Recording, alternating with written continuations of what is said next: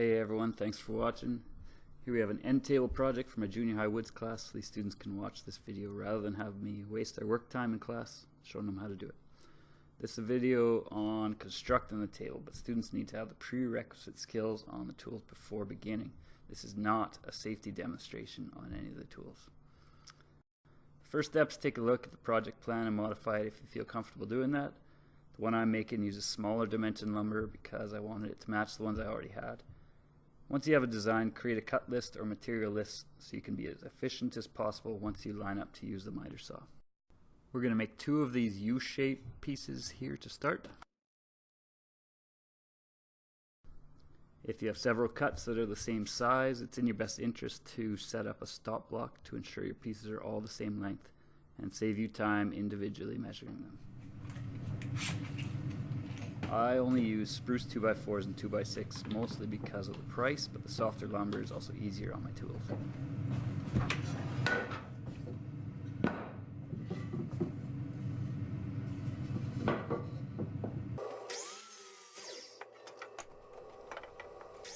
Once you have 4 legs cut and 2 of the shorter aprons, you can choose whether or not to router them or not. Sometimes the bottom edge of those aprons will give you a little nicer finish rather than just the rough lumber.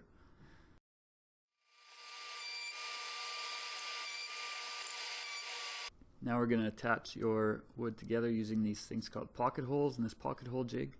You use this fancy drill bit with a stopper on it, and for the larger lumber you'll use holes A and C on that jig.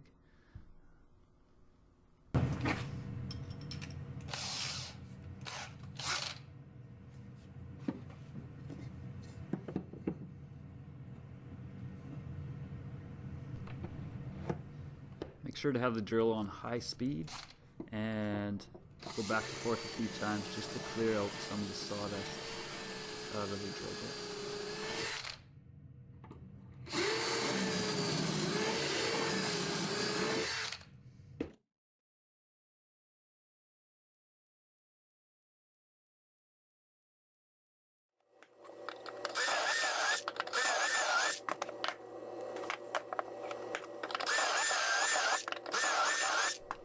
Most of these tools make a huge mess, so don't forget to clean up your sawdust once you are done. So attach the 2 sides together. You're going to use 2.5-inch screws. I have spacers underneath mine just so that the wood lines up a little nicer with my routed edge on the leg. But most of the time you'll just do it flush and flat on the table. Right now I'm doing just a dry run of the screws to make sure I know how to do it and that I can get it done properly, flush, and before the glue goes on so that I don't make a huge mess. Then you can take the screw out, add some glue to both ends or edges of the end grain on that apron, and then fasten the screws again.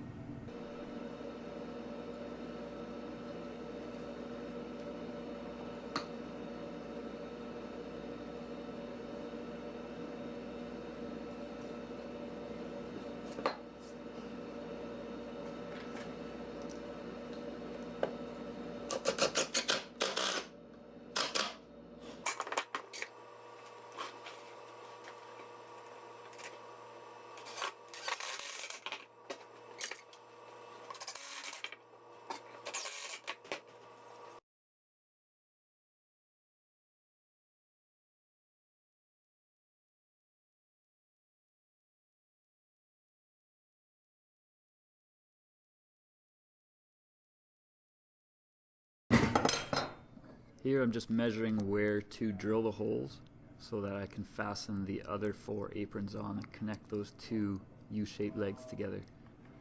I sometimes will trace that piece of wood on the opposite side, and then I can measure to find the center of that apron so that the screw goes directly into the center just to avoid cracks and missed screws.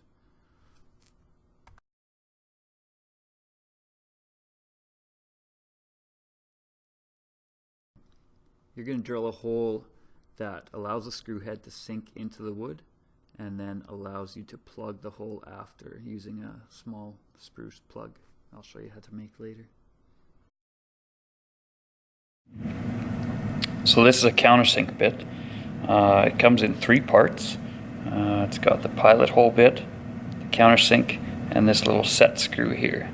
Then you need to use an Allen key to change this bit when you break this one or need to adjust the height of it.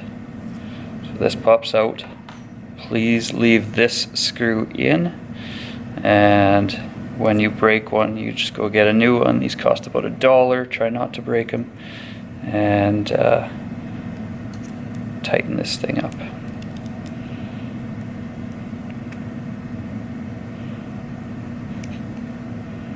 Like so. You need to use one of these drills, the larger ones, not the impact drills.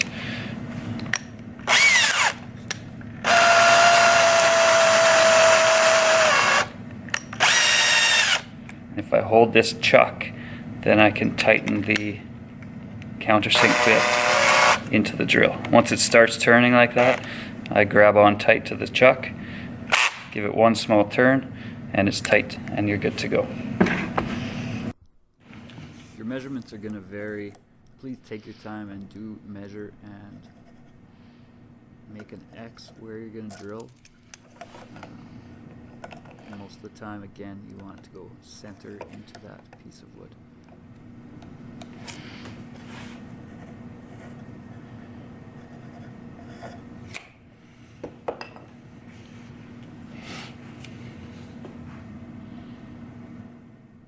Make sure the drill bit goes straight in, and probably want to use the highest speed the drill has. Drill all the way in. If you only go part way, the screw head's not going to sink very far, and you won't be able to plug that hole.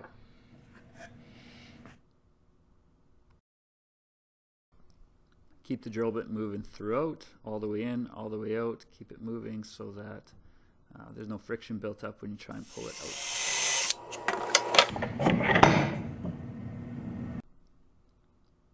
Again, I only have one hole being drilled in each spot. That's just because I'm using a little bit smaller lumber. You can router your aprons before you attach them, and then use that vise to help you, or a friend to help you hold stuff, because otherwise this part is a little bit complicated.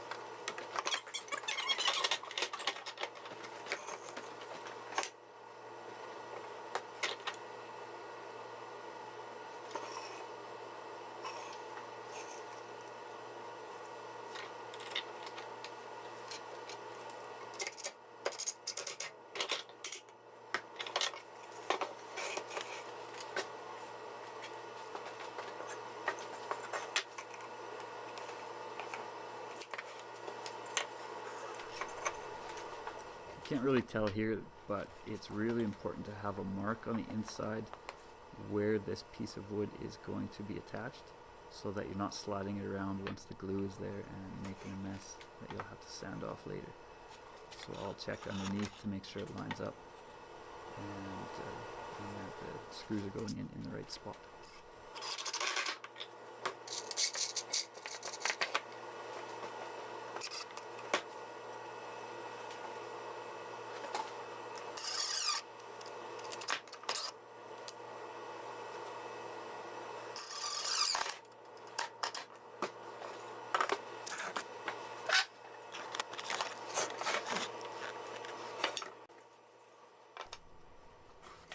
So students tend to have a really tough time with this part.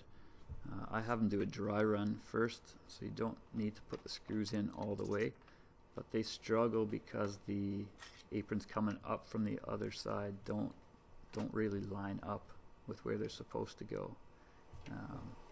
So we do a dry run, we screw them in. They don't realize that the wood can be bent and moved so that it does line up. And yeah, so you just pull it right here, pull it and make sure it lines up. Put a screw in where it should go, but I haven't glued it yet. So this may seem silly, but now you're going to take all these screws out and screw them in again a little ways so that the screw pokes through that wood just a hair. Just like that, which is a really poor picture. Then put it aside. You're going to glue each top. Now you've got a little hole in each of the ends of those aprons coming up that screw that is poking through the end can now sit on top of. And you can have it sit on top of that piece without smearing glue everywhere because of that screw sticking out. And then readjust them all back into that same hole, and away you go. Now we're going to put plugs in. The plug cutter cuts a 3/8 plug out of a 2x4. You need to use the same piece of wood or same kind of wood that you had on your project. Depending on how many plugs you need, you drill holes and then you take a screwdriver and pop them out. Don't take them out of that piece of wood until you're ready to use them. When you put them in your project, you need to orient them so that the grain of the plug matches the grain on that leg. If they go sideways, it doesn't look quite as nice. Please wait until the next day, until that glue is dry, before you cut the plugs off. You're going to use a flush cut saw with your finger on top going in the direction of the grain on the legs. The more careful you can be doing this, the less sanding you're going to have to do later on. The reason we want you to wait until the next day is because that glue isn't quite dry until at least a day later, and so the glue gets into all the little teeth on my flush cut saw. So any excess glue you can take a chisel off the next day before you use that flush cut saw.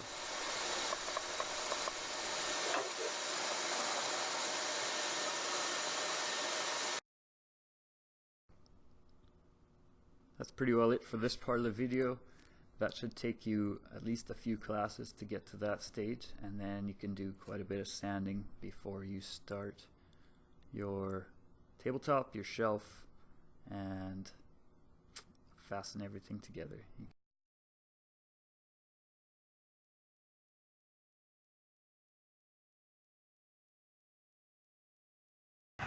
There's lots of different types of sandpaper you can use. We have 80 grit, 220, we have some 120. Your basic sanding, you'll want to use 80 grit to start, and to cut it in sizes for the sanders, we fold it in quarter sheets. So in half, rip it, and then in half again.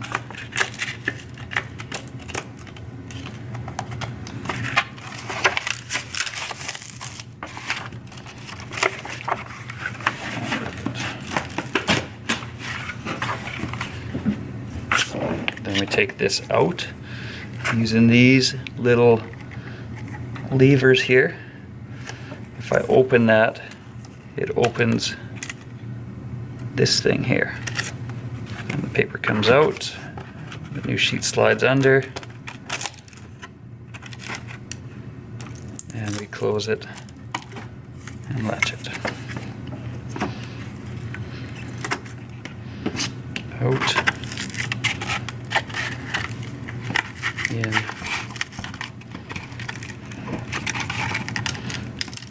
close it.